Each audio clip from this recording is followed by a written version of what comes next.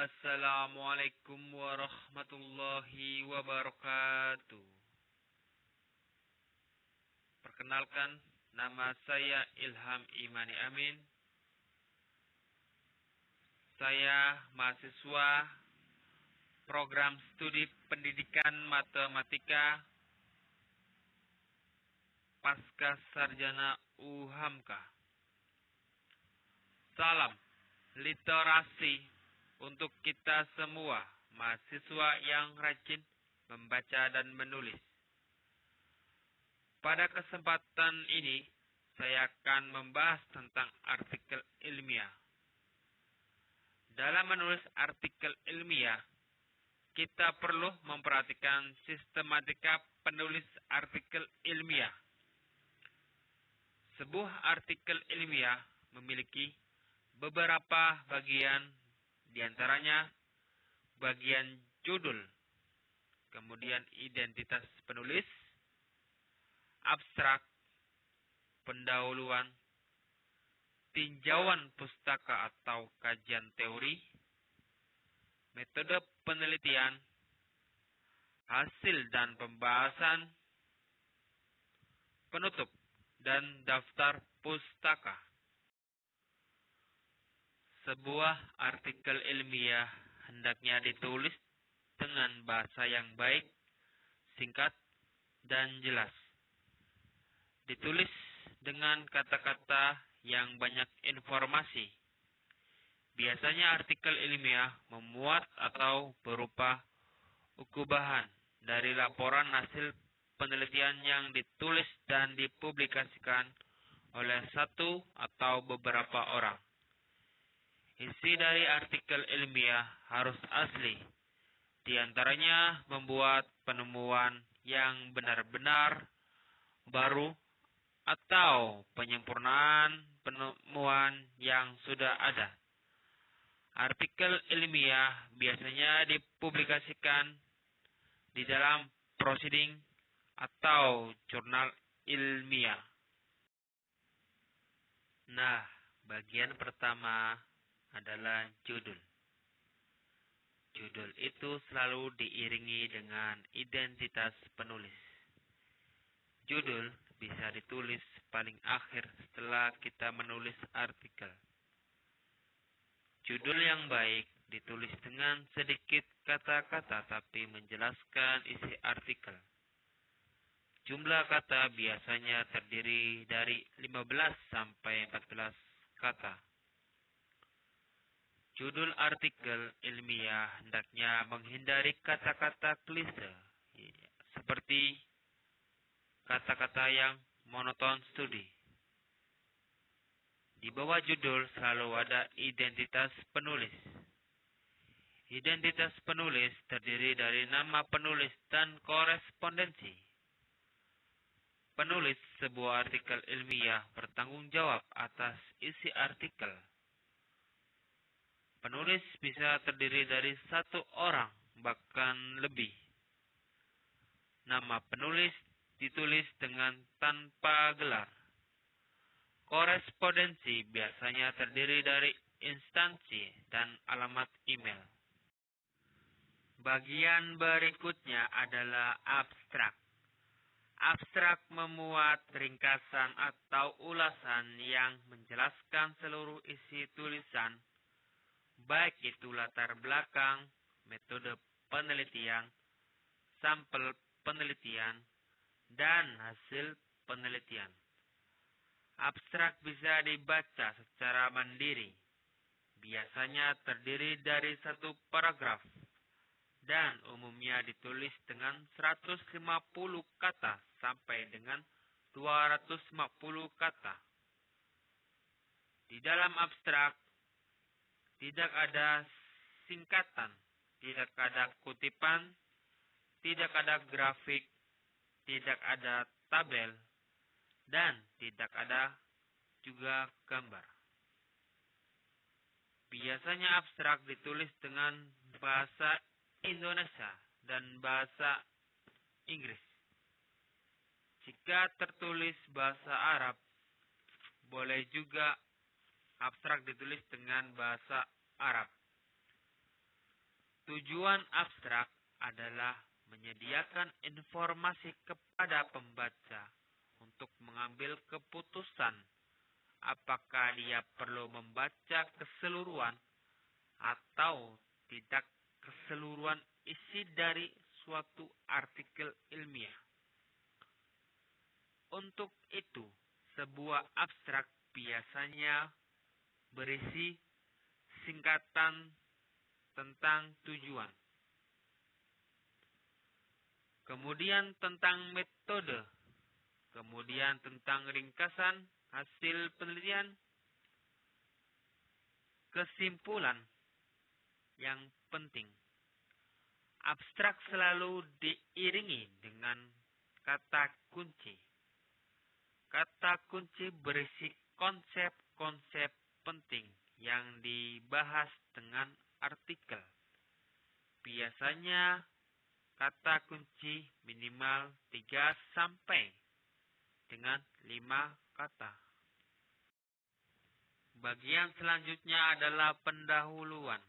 Di dalam pendahuluan itu ada latar belakang masalah, ada juga identifikasi masalah, ada juga masalah, dan ada juga tujuan untuk menganalisis masalah. Latar belakang masalah itu muncul dilatar belakangi dengan masalah lain.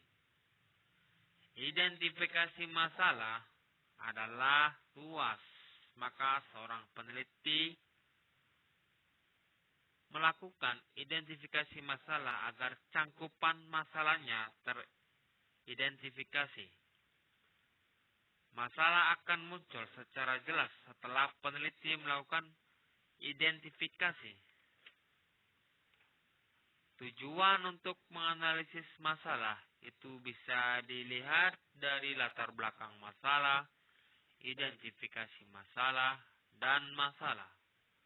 Setelah itu baru bagaimana caranya untuk menganalisis masalah dan penyelesaian masalahnya. Baiklah. Untuk pendahuluan bisa dilengkapi dengan tujuan. Selanjutnya adalah tujuan pustaka atau kajian teori. Bagian kajian teori atau teori yang menjadi dasar dalam sebuah kajian. Di dalamnya memuat minimal 3 gagasan pakar yang diambil dari buku atau artikel ilmiah lain. Selanjutnya diakhiri dengan tesis penulis. Di dalam menyusun kajian teori harus disusun jelas dan harus dipertanggungjawabkan oleh peneliti. Teori yang diambil harus sesuai dengan permasalahan yang diangkat. Posisi teori dimanfaatkan untuk membantu memahami atau menafsirkan hal-hal yang pertikai permasalahan yang diangkat. Selanjutnya adalah metode penelitian. Metode merupakan prosedur atau teknik yang digunakan oleh peneliti untuk mengumpulkan dan menganalisis data. Biasanya didapat metode diuraikan tentang apa jenis penelitiannya, apa sumber datanya, bagaimana teknik pengumpulan datanya, bagaimana teknik analisis datanya, sampai dengan bagaimana data kajian itu validasi. Bagian selanjutnya adalah hasil dan pembahasan. Pembahasan itu memuat hasil dan pembahasan. Sebelum membahas atau menguraikan pembahasan, boleh juga dimunculkan hasil kajian terlebih dahulu. Hasil kajian perlu disusun secara ringkas, boleh juga dituangkan dalam bentuk tabel, grafik, dan gambar, atau yang lainnya dengan disertai penjelasan dalam bentuk teks. Hasil kajian biasanya dipaparkan dalam bentuk yang mudah dipahami, seperti dalam bentuk tabel, dalam bentuk bagan. Sedangkan pembagian pembahasan di dalam pembahasan tidak hanya mengulang atau pertanyaan-pertanyaan yang sudah diungkapkan di dalam deskripsi hasil. Namun di dalam pembahasan perlu ada interpretasi data. Kemudian perlu juga menghubungkan antara teori dengan hasil penelitian juga. Menghubungkan antara hasil penelitian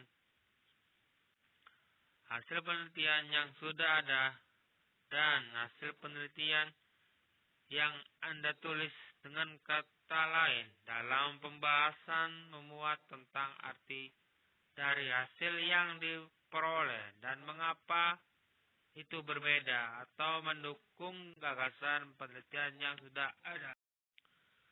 Bagian berikutnya adalah bagian kesimpulan atau bagian penutup dan biasanya memuat kesimpulan dan ucapan terima kasih. Bagian kesimpulan ditulis dengan ringkas yang memuat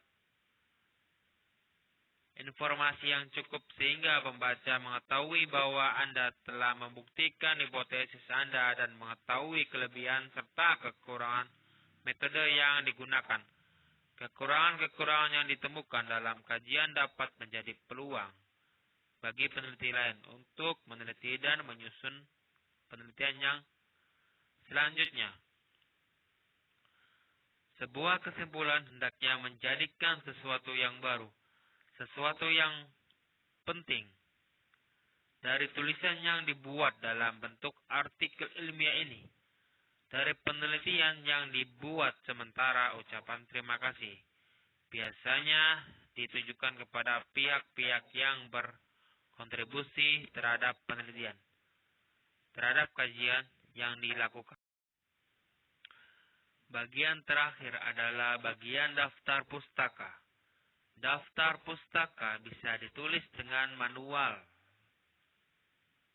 atau dengan Mendeley di dalam pustaka. Penulis harus memuat semua referensi yang digunakan secara langsung. Biasanya satu artikel ilmiah ditulis dengan kurang lebih 20 referensi. Referensi-referensi baru yang ditulis dengan tahun-tahun kurang lebih 5 tahun terakhir itu lebih dianjurkan untuk dipilih muncul dalam sebuah artikel ilmiah.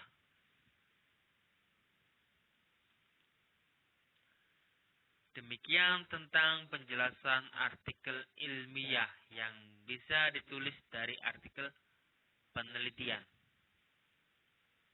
Wassalamualaikum warahmatullahi wabarakatuh.